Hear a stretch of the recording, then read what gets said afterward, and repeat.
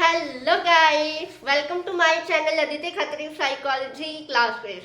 Guys, we started chapter 9 Motivation and Emotion, and in the last video we have discussed the topic as managing negative emotion. So today in this video we will be discuss about the topic is managing your anger. So guys, stay tuned with my video till end and please don't forget like, share, comment and subscribe my channel.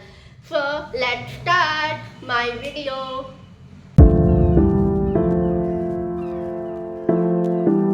So guys, today's class topic is managing your anger. जिसको anger आता है वो अपने anger को कैसे manage करेगा, किस वजह से एंगर आता है, आज हम यहाँ डिस्कस करने वाले हैं. तो first of all anger, what is anger? Anger is a negative emotion, right? Negative emotion and the person loses control और बिहेवियरल फंक्शन. यहाँ पर जो भी पर्सन है अपने बिहेवियर फंक्शन में कंट्रोल लूज कर देता है during the state of anger. Clear? The major source of anger is frustration of motives and anger is not reflexive. Anger is not reflexive and it is the result of our thinking. Anger हमें आता नहीं है बल्कि anger हमें हमारी thinking से ही होता है, राइट? हम कहते हैं ना कि मुझे गुस्सा आता है, गुस्सा आता नहीं है, हमारी थिंकिंग से होता है गुस्सा. Not a reflexive, it's make और only our thinking, our thinking, right? Neither it is automatic, ना ही ये ऑटोमेटिक आता है, ना ही ये अनकंट्रोलेबल होता है और ना ही ये दूसरों की वजह से होता है and not caused other person. Clear? आया समझ में? मेन चीज में क्या है कि आपको जो एंगर होता है ना वो हमारी खुद की थिंकिंग से होता है, ना ही ये रिफ्लेक्सिव है, ना ही ये अनकंट्रोलेबल है, ना ही ये दूसरों की वजह से होता है, ना ही ये ऑटोमेटिक है, बल्कि ये क्या है? खुद की थिंकिंग से हम गुस्सा करते हैं. क्लियर? और जो ये लोग कहते हैं ना, फॉर एग्जाम्पल जो ये कहते हैं ना मुझे गुस्सा आता है, मुझे इस बात से गुस्सा आ जाता है, ये हो जाता है, वो हमारी थिंकिंग से होता है. Not reflexive, not automatic, not caused other person. Clear? मैं बार बार यही दो पॉइंट पर फोकस कर रही हूँ, ये चीजें ध्यान रखनी है. ध्यान के आपके एग्जाम में भी आए तो ये चीज मेन फोकस करती है.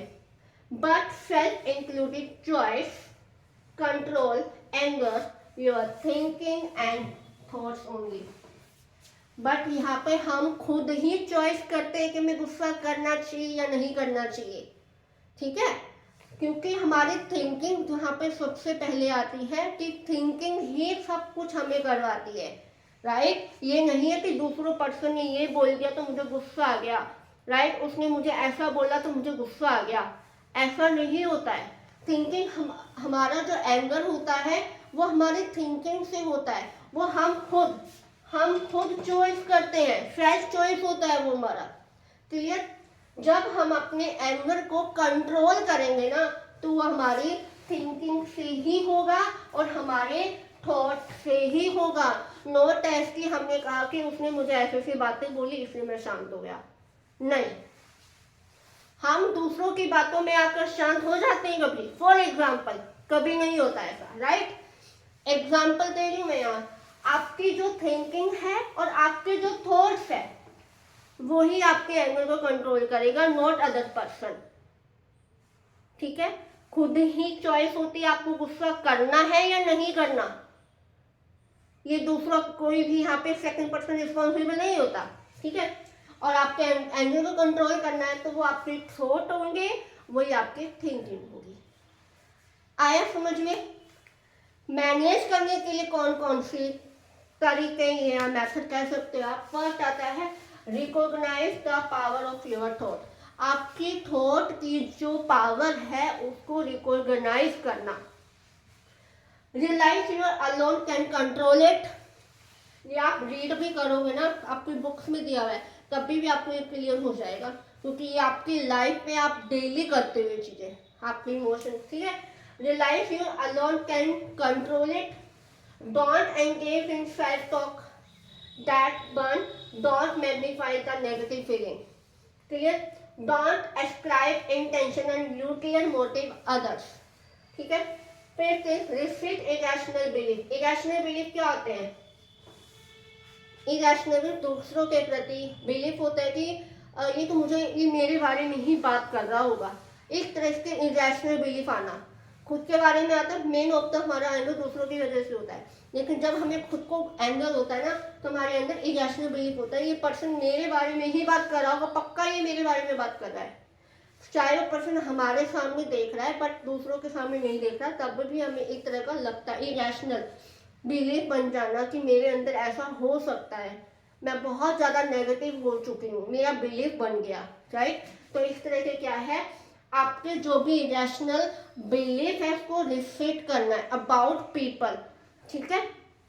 दूसरे बारे में, हमारे बारे में क्या सामने देखकर भी बात कर रहे हो ना, तभी भी हमें यही लगता है कि मेरे ये पर्सन मेरे बारे में बात कर रहा है, चाहे वो बात भी ना कर रहा हो.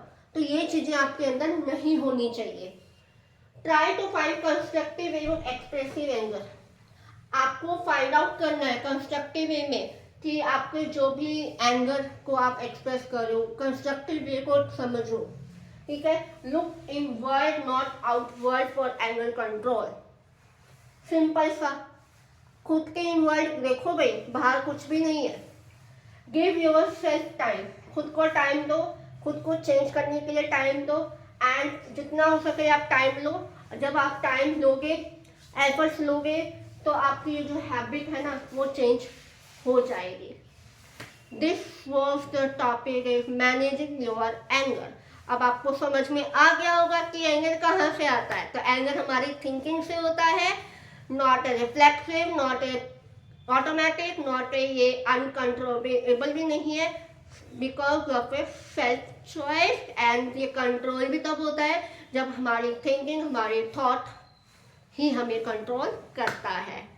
क्लियर? वेरी इंटरेस्टिंग टॉपिक था आज का हमारा. सो मिलते हैं नेक्स्ट वीडियो में नेक्स्ट टॉपिक के साथ. तब तक bye bye, have a nice day.